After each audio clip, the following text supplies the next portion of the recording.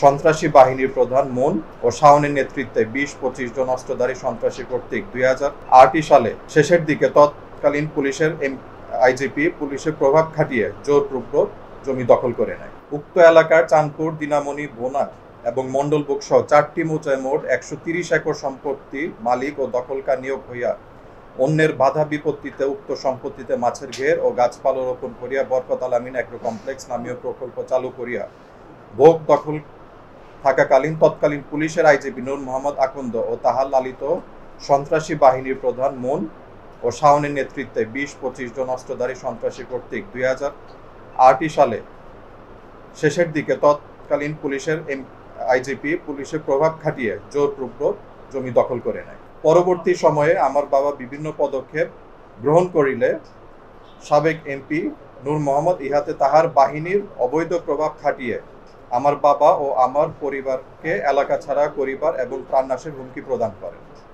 হুমকির মাত্রা এমন ছিল যে জীবন রক্ষার্থে আমার বাবাকে এক পর্যায়ে দেশ ত্যাগ করতে হয়। পরবর্তীতে যখন নূর মোহাম্মদ আইজিপি পদ হতে অবসর গ্রহণ করেন তখন আমার বাবা আবার দেশে ফিরে আসেন। ২০১২ সালে আমার বাবা প্রধানমন্ত্রী বরাবর অবৈধ কাগজ নিয়ে নামজারি না করা এবং সাবেক এমপি নূর মোহাম্মদের সন্ত্রাসী বাহিনী নিকট হইতে আমার বাবার মৎস্য প্রকল্প ও জমি অবৈধ দখলমুক্ত করা আবেদন করেন, কিন্তু তাতেও কোনো প্রতিকার পাওয়া যায়নি। ২০১৬ সালে আমার বাবা বাদী হয়ে দেওয়ানি কার্যবিধির ১৫১ ধারা বিধানের চিরস্থায়ী নিষেধাজ্ঞা দাবি করিলে সহকারী জজ কিশোরগঞ্জ আদালত সন্তুষ্ট হইয়া উক্ত মামলার বিবাদীদের বিরুদ্ধে অস্থায়ী নিষেধাজ্ঞা জারি করেন। কিন্তু বিবাদীগণ আদালতের আদেশকে বৃদ্ধাঙ্গুলি দেখিয়ে এবং আদালতের আদেশকে অমান্য করিয়া উক্ত প্রকল্প থেকে শত কোটি টাকার বালি ও গাছ তিনি এখন পর্যন্ত বিক্রি করেছেন, যা সম্পূর্ণ তার অবৈধ অর্থ।